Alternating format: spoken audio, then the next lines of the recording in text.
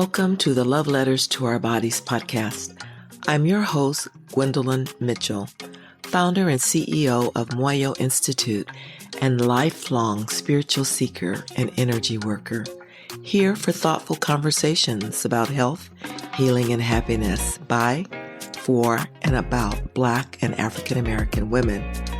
Disclaimer, the Love Letters to Our Bodies podcast does not provide medical advice.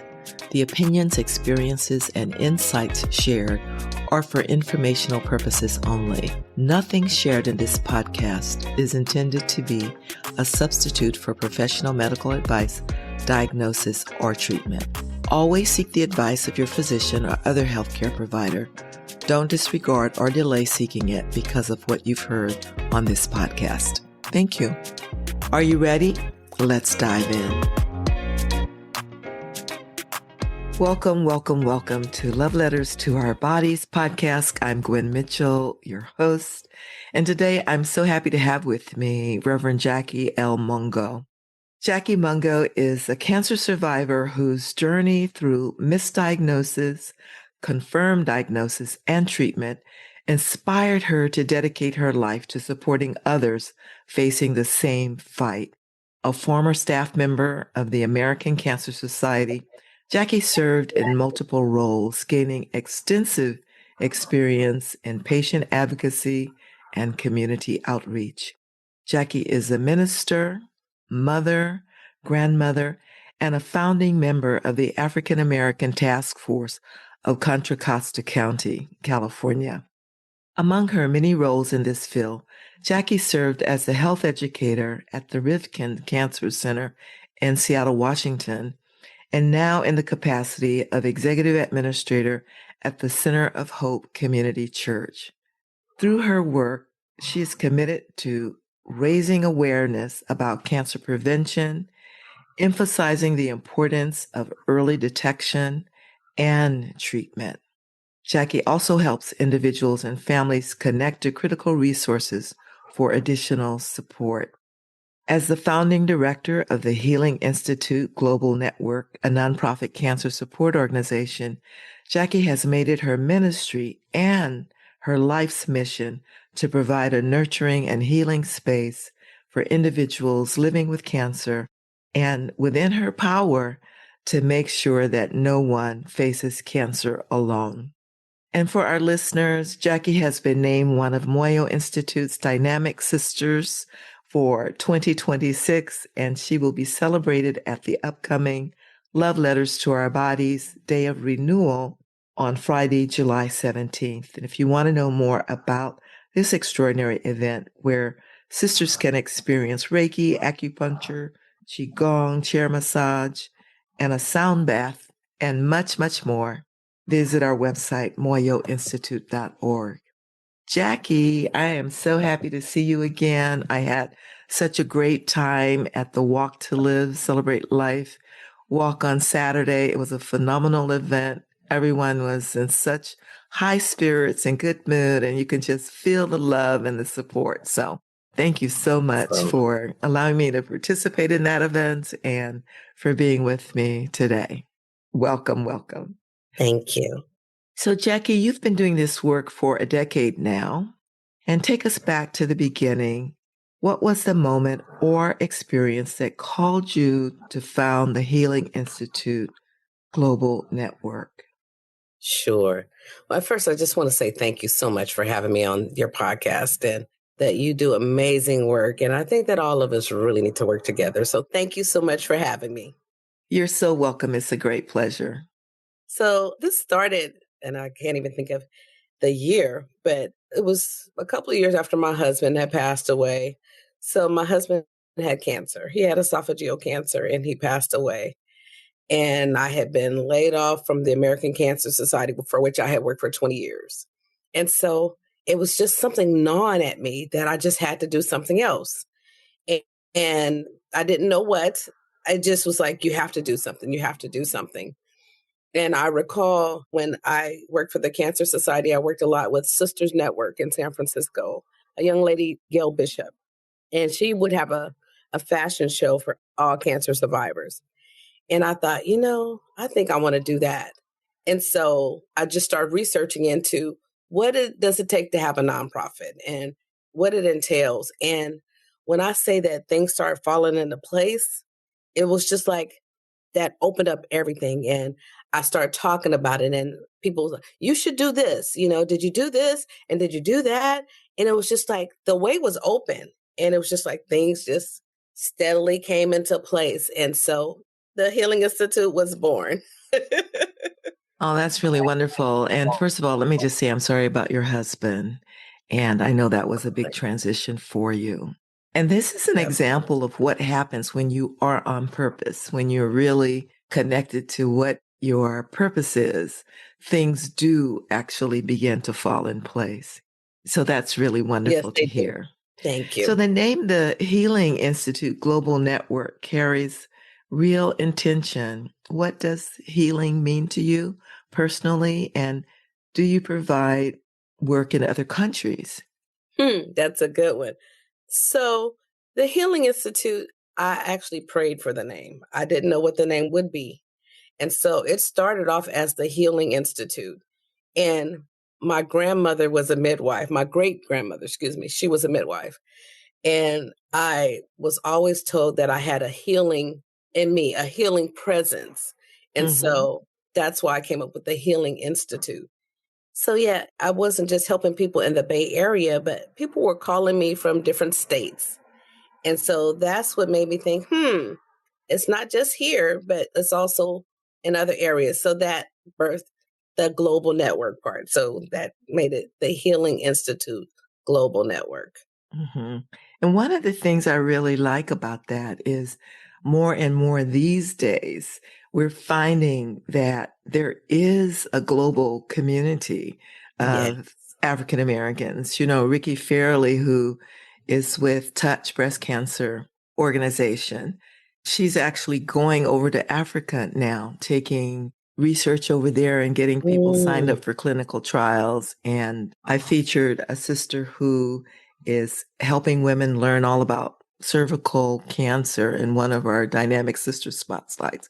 And in Africa, it's like such a taboo to speak about cancer that that's really a big step as well. So, mm, and we find sisters here in the US who are from everywhere who are actually definitely. tapping into the resources and the work that we're offering. So, Yes.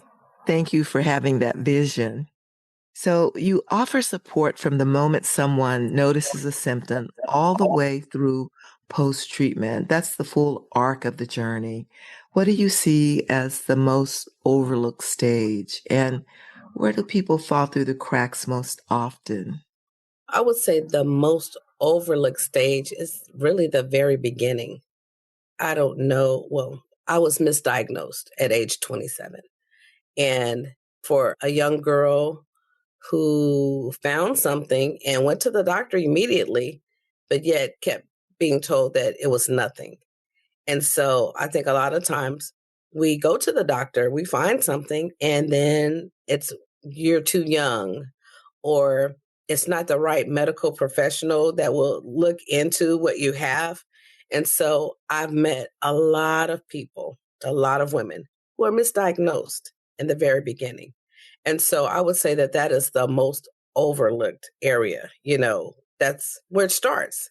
And Mm-hmm. that actually is the difference between life and death right there. As soon as you get diagnosed, you know what to do and how to move.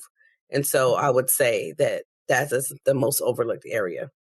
How many years was it between that first misdiagnosis and when you actually found out the truth? A year. Okay, okay. It was a year. Yeah, okay. Yeah. I've heard that as well. I mean, so Talea Dende was on one of our podcasts and she talked about the fact that the doctor kept telling her it was nothing, it would go away. Probably Yes. some slight infection with enlarged lymph nodes or See? whatever. Yeah. So you're right about that. So yeah, that second question was where do people fall through the cracks most often? And that's where they fall through the cracks. Yeah. Exactly. Exactly. So, treatment companionship is one of your signature services, sitting with someone at appointments as a second ear and a steady presence. Can you share what that looks like in practice and what it means to the women you serve? Sure. A lot of times, well, what I've found is a lot of women do not really want to tell their family initially. It's kind of like, I think when I think about it, maybe it's like a protection for their families and for them not to be vulnerable. So most people call me and we go over what their appointments are or whatever. And I offer my service to go with them. And I take them and I sit with them. I take notes and just be that extra listening ear. And also to ask questions that people don't even think to ask because I've been there before and kind of like know the ropes. And I have found, and people say this over and over, how really valuable that is to them just to have that emotional support because this is new to them. And so you don't know what to do, you don't know what to say. Really, you don't even know what to feel, how Mhm. to act. It's uncharted territory. And Mhm. so people just don't know what to do. And so I found it to be very helpful.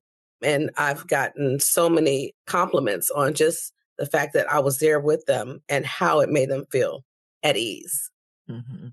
That's great. And I think sometimes after a person has a cancer diagnosis, it's such a traumatic piece of information that the mind just goes blank. Yeah. Like it's like, what do I do next? There's not even sometimes I don't think you hear anything after that the doctor says, right? And that's really true. That's really Mhm. true. So having that second set of ears and note taking and knowing the right questions to ask, I can see where that could be really, really beneficial. Yeah, it means a lot to people. Mhm. So spiritual counseling and support groups are central to your model. And how do you hold space for women across different faith traditions or spiritual backgrounds? I really am upfront about who I am and what my faith belief is. And in most cases, most people are not, they're different faiths, but they all pray. Most people pray. And Mhm. that's kind of like the common ground. You may not call it prayer, but you meditate. And I feel like that's the common ground where you can meet and where I have met people of all different backgrounds.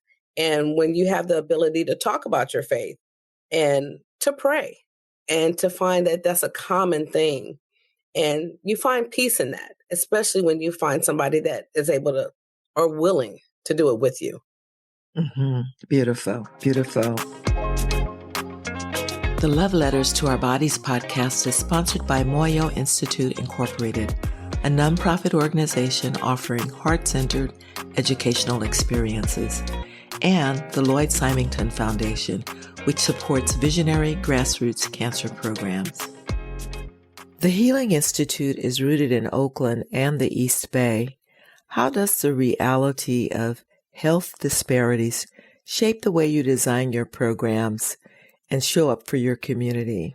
Well, I just really feel like it's needed. Health disparities are across the board, but people like me, and it's a lot of people out there that kind of do similar things, but I feel like when you make yourself available and people know that you're out there, or even if you don't really make yourself available, but just to know that there's people out there that care about health disparities and talking about it. And I think that that's like the most important. You have to talk about it. You have to talk about, yeah, there is a disparity.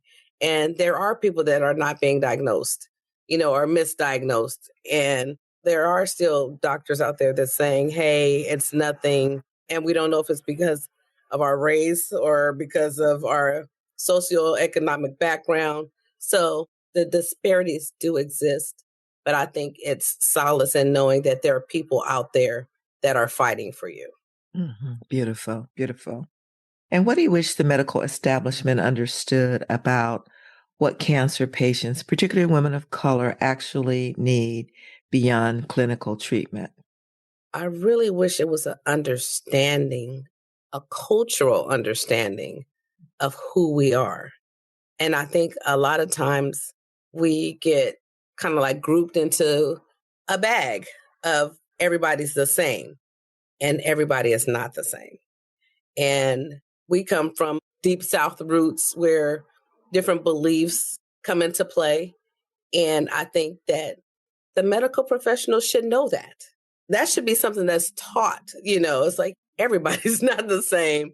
And take into consideration the background, the histories of the African American woman and their thought processes. That should actually be taught in medical school, that we're all not the same.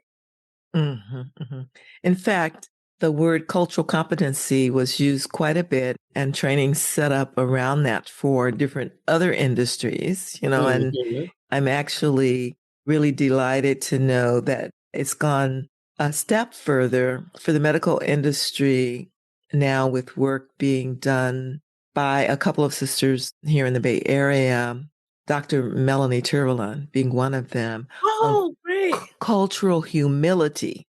So it's like really helping medical professionals to understand that it's not appropriate to make assumptions, right? And Yes. not to assume that they know about us and what we are and what we need, but to be willing to be open to inquire Yeah, and to be guided by what they find out. So I'm hoping to have her on in the next season to talk about cultural humility in the medical professions. that's great. That's great. Yes. So you're celebrating 10 years in 2026. Yes. What are you most proud of, and what does the next chapter look like for the Healing Institute Global Network? Wow. That's a question. I think I'm most proud of the fashion show that I do, where it's all cancer survivors, men and women. It's not just breast, it's not just prostate, but it's all cancers. And, during this time in the season where I've been doing this all this time, sometimes I felt like, okay, maybe it's not a big thing. And at the end of every fashion show, every year it grows. I get new cancer survivors and they're coming on. And every year it's like, okay, I'm ready for next year. Are we going to do the same thing next year? And you don't think sometimes that what you do matters until people come back and say that it really does. It's like now I feel like I'm getting emotional because I've had people come and say that really changed their lives, that they were in a funk or really self conscious about who they are because of having cancer. And then after they come out of the fashion show, they have rebuild their confidence or it made a difference mentally for them. And to me, that's everything. It's like if it can change your perspective and give you the wherewithal to go further, then I am doing something. And so that to me is everything. So I'm Mhm. so excited about doing it every year. And we start rehearsals like 2 months in advance because it's not just you're walking out there, but it's choreographed. And so the people get to be, it's like we're a family, and then we welcome new people into the family, every year. And it's really amazing. It's really amazing. Mhm.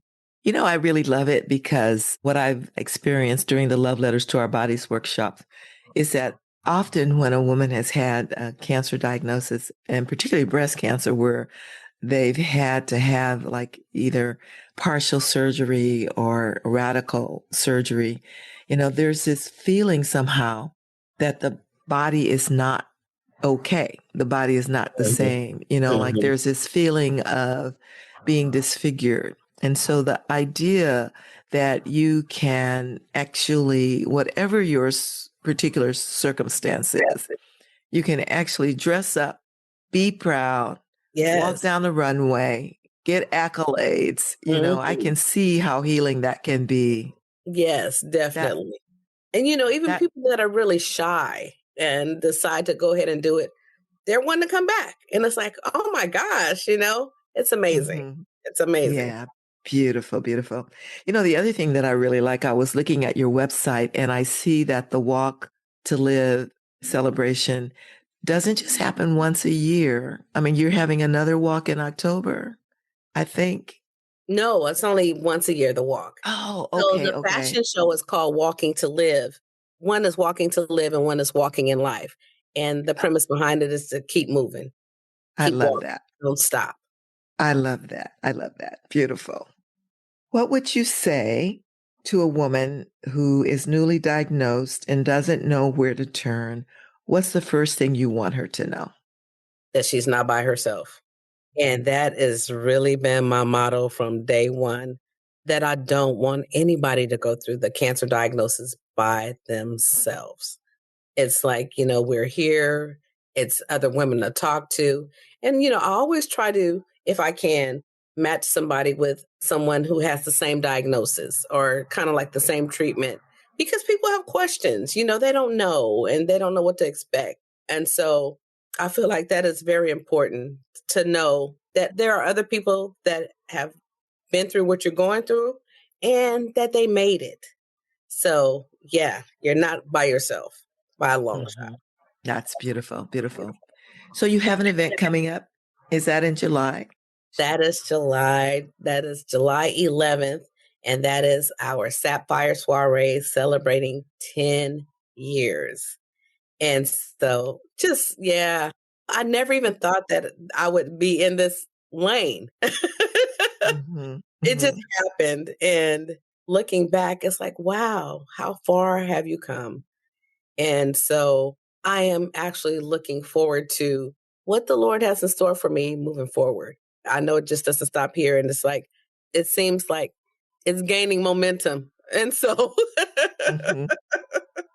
yeah, I'm excited.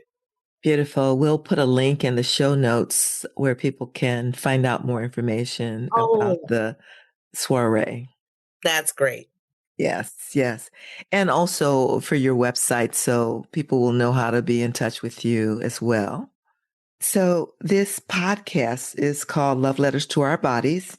And if you were to write a love letter to your own body, what would you say? I would say, be kind to yourself.